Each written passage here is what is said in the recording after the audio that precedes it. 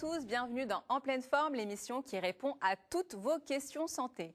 Nous avons bien reçu toutes vos questions sur www.enpleineforme.net et nous allons y répondre dans un instant.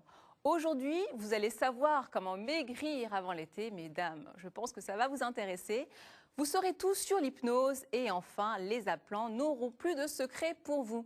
3 experts sont là, le docteur Amoyel, chirurgien dentiste. Bonjour. Bonjour.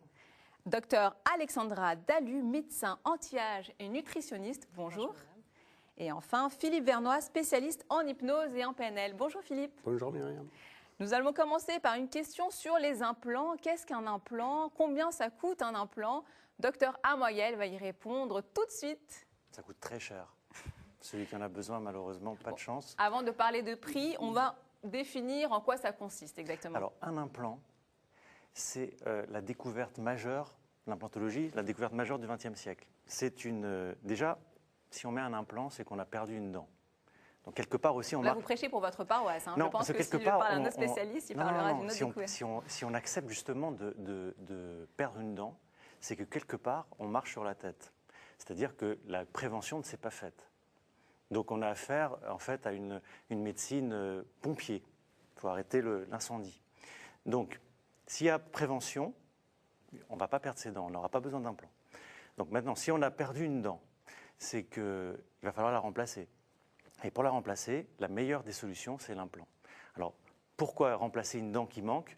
Parce que la nature a horreur du vide. Dès qu'il y a des trous, il va y avoir des mouvements, ça va déséquilibrer la mâchoire. Imaginez un édifice, vous enlevez une ou deux pierres, puis un jour ou l'autre, ça va s'écrouler. Là, c'est pareil. Un implant, donc c'est une vis, comme une cheville dans le mur, qu'on va mettre dans la mâchoire et sur laquelle on va mettre la nouvelle dent qu'on appelle une couronne. Voilà la technique. Vous creusez un trou dans la mâchoire. Ouais, on creuse un trou dans la mâchoire, on met une vis, on attend quelques semaines, en général entre 8 semaines et 12 semaines, que ça s'intègre, que l'implant s'intègre dans l'os, et ensuite on remet une nouvelle dent par-dessus qu'on appelle la couronne. Et un implant, ça dure toute une vie? En principe, ça dure toute une vie. C'est une technique extrêmement fiable qui s'appuie quand même sur 30 ans d'études cliniques. Donc c'est 95% de succès. C'est énorme. Il n'y a pas beaucoup de choses qui donnent 95% de succès. Combien ça coûte un implant? Parlons argent. Entre 1 500 et 2 000 euros. Donc si je veux économiser 2 000 euros, vous ne faites pas d'implant, vous partez sur un truc... Donnez-moi des conseils de prévention quand même. Eh ben, vous voulez économiser 2 000 euros, vous allez chez le dentiste tous les 6 mois, vous lui faites confiance, il passe une radio, il regarde s'il y a des problèmes. Tous les problèmes qui seront pris à temps ne se traduiront pas par la perte d'une dent ou de plusieurs dents. Parce qu'il y a des gens qui ont eu la malchance de perdre toutes leurs dents. Là encore, il ne faut pas attendre que ça fasse mal pour aller consulter. Ce n'est pas parce qu'on n'a pas mal qu'il n'y a pas un problème. Donc c'est tout l'intérêt de la prévention. Mais puisque vous parlez argent, dans l'assurance maladie, la prévention n'existe pas. Donc ça, c'est un acte qui n'est même pas remboursé. C'est dire à quel point on est à l'envers. D'accord, je vous remercie en tout cas pour tous ces conseils. Donc vous savez tout maintenant sur les implants et vous allez savoir tout sur les régimes. C'est bientôt l'été, mesdames et messieurs. Je pense que des conseils de régime intelligent vont vous faire le plus grand bien. Le docteur Alexandra Dalu va nous dire comment faire pour maigrir intelligemment, rapidement et sans perdre la forme. Alors, si on veut maigrir intelligemment, justement, on ne se met pas au régime. Parce que les régimes ne fonctionnent pas, ils sont apparus, c'est une mode qui est apparue dans les années 60 et c'est un grand paradoxe. Depuis les années 60, l'obésité augmente. Les régimes, la pratique des régimes a augmenté et pourtant ça ne fonctionne pas. Donc il ne faut pas se mettre au régime. On le sait qu'il faut manger équilibré. Voilà, il y a une bonne triade, l'exercice physique pas forcément intensif mais régulier, dîner très léger, un peu plus copieux le matin et au déjeuner, ne pas grignoter, supprimer quand même l'apport des sodas, de toute forme de boissons sucrées, pas trop de gâteaux non plus évidemment, et puis bien dormir, puisqu'on maigrit pendant le sommeil, vous avez des hormones qui sont sécrétées pendant le sommeil, qui vous font maigrir et qui préparent également la synthèse de certaines hormones de la journée qui vont réguler votre glycémie et le gras également. Donc plus on dort, plus on maigrit? Alors il y a une étude très intéressante qui montre que les gens qui dorment bien sont moins enclins à la pulsion sucrée et la pulsion grasse. Les gens qui ont une nuit beaucoup plus courte, avec un sommeil non récupérateur, vont être attirés par le sucre et le gras. Donc c'est quand même une des choses à prendre en considération au Parce qu'étant cabinet. donné qu'ils ne vont pas puiser leur énergie dans le sommeil, ils vont la puiser dans les aliments. Alors en fait, vous avez de la gréline et du cortisol qui sont augmentés dans une nuit courte. Et les corollaires, dans une nuit longue, la synthèse de la gréline diminue, la leptine augmente et elle est coupe-faim. Donc en fait, voilà, on peut vraiment doser ça.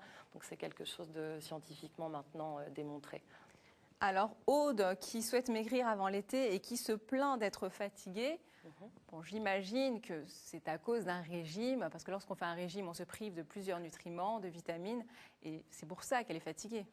Alors, je ne connais pas la patiente, il y a peut-être d'autres On causes, suppose. mais si on suppose qu'elle est fatiguée parce qu'elle est dans un régime important, avec, comme tu le disais, une suppression, par exemple, des féculents, ce qui est une fausse idée, elle peut en effet être fatiguée. C'est pour ça que c'est l'équilibre qui prévaut dans ces cas-là. Il faut voir un petit peu de tout.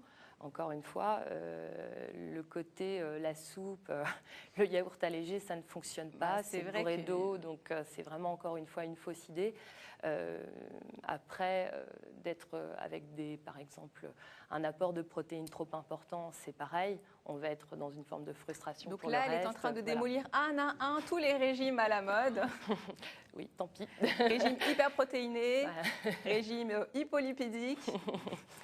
Non, il faut vraiment. Non, mais c'est vrai que c'est important de tout. préciser ça, parce qu'à l'approche de l'été, on voit que tous les magazines féminins nous parlent de régimes miraculeux. Alors Il n'y a pas de miracle. Il n'y a pas de miracle. Il n'y a pas de miracle en science, généralement, puisque la science n'est pas un miracle.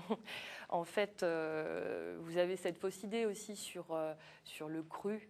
Alors, socialement, ce n'est pas quand même très, très agréable de manger cru à chaque fois, d'un point de vue gustatif aussi. Ça ne va pas tenir, ça va tenir une semaine, 15 jours, peut-être un mois pour les plus tenaces.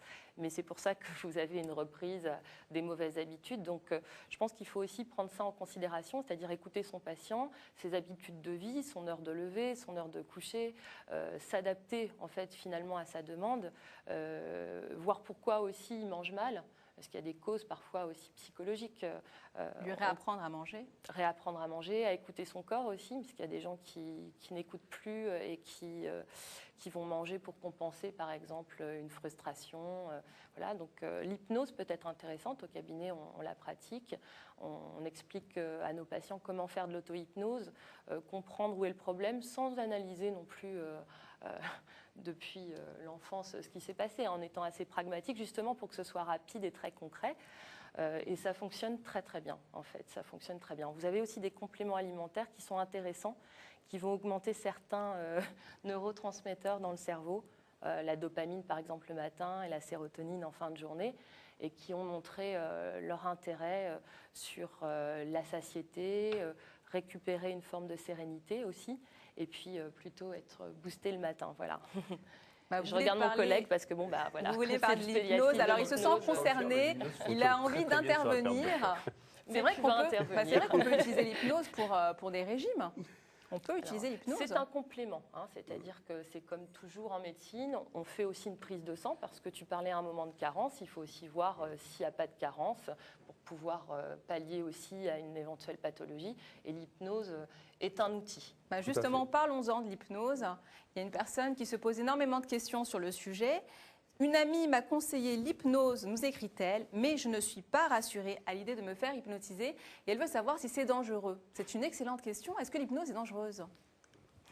Non, clairement non. Nous allons développer quand même. Oui, c'est résumé, non, mais il y a beaucoup de mythes sur l'hypnose. Il y a un aspect magique, ça paraît mystérieux, alors que c'est un processus tout à fait naturel. Effectivement, sur les régimes, c'est très efficace, en complément.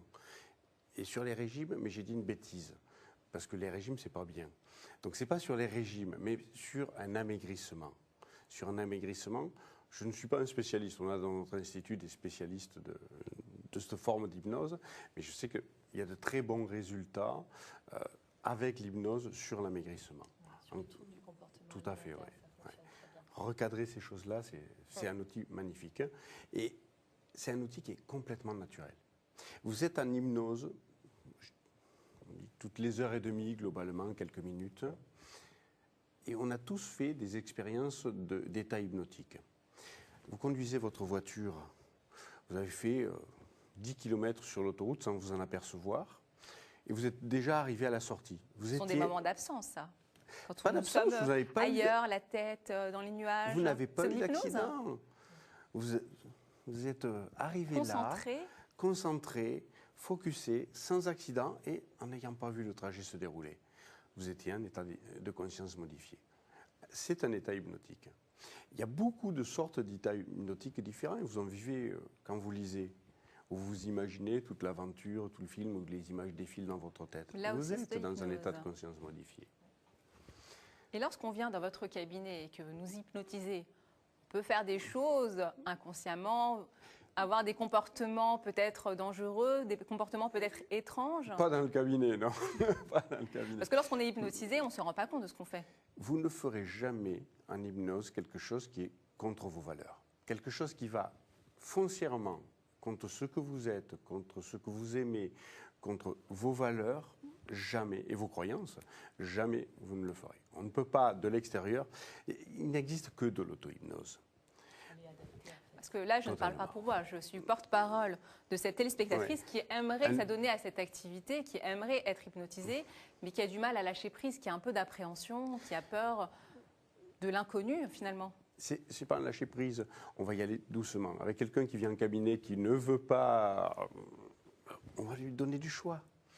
Pas besoin, on va lui faire vivre une expérience, par exemple, hypnotique, tout en étant consciente. Lui montrer que, par exemple, elle ne maîtrise pas son bras, qu'il y a une autonomie propre, tout en discutant avec vous, pour la rassurer sur ce fait-là. Lui montrer que c'est absolument pas dangereux, c'est totalement naturel, et ça procède de processus qu'elle vit en permanence. Est-ce que vous pouvez faire des choses à des personnes sous hypnose? Non. Alors, si vous voulez Pas obtenir contre leur volonté. un prêt de votre banquier, est-ce que vous pouvez l'hypnotiser? J'aimerais bien. Mais je doute qu'il soit réceptif à cette chose-là. Voilà, il faut être très réceptif. J'ai vu un test dans des émissions américaines qui consiste à faire ce geste-là Tout à fait. pour savoir si on est hypnotisable ou non. Alors, en quoi ça consiste, ce geste? Alors, ce geste-là, c'est ce qu'on appelle un test de suggestibilité. Un mot difficile. Alors, on va tester sur moi. Est-ce que je suis hypnotisable? Qu'est-ce que je dois faire? Vous pouvez faire la même chose Serrez chez vos vous. doigts et imaginez que je serre une vis comme un étau qui va rapprocher vos doigts progressivement. Et je donne un tour. Un tour. Concentrez-vous sur vos doigts et je serre la vis. Je serre la vis, je serre la vis. Et petit à petit, cette vis, ça devient de plus en plus difficile pour vous de tenir vos doigts écartés. Effectivement, il se rapproche. Et petit à petit, au fur et à mesure que je donne un tour et Bon, un autre ce tour, n'est pas truqué, hein, c'est fait sans trucage. c'est truqué. Pourquoi? Parce que vos doigts se rapprochent naturellement. Seulement, si la personne, tenez-les comme ça et je ne dis rien et vos doigts vont se rapprocher. C'est physiologique. C'est physiologique. Seulement, si ça va très vite, ben, la personne est suggestible. Si elle résiste, si elle force, on sait que la personne a une peur pour rentrer en hypnose. D'accord. Ça nous donne non pas un degré d'hypnotisabilité de la personne, mais un degré de si elle a peur ou si elle n'a pas peur. Merci. Vous pouvez tester ce geste à la maison pour savoir si l'hypnose fonctionne sur vous. Merci à tous pour tous ces conseils, pour ce test réalisé en plateau. Merci à vous de nous avoir suivis. N'hésitez pas à poser vos questions sur www.enpleineforme.net. Nos experts seront là pour y répondre. À très bientôt. Au revoir.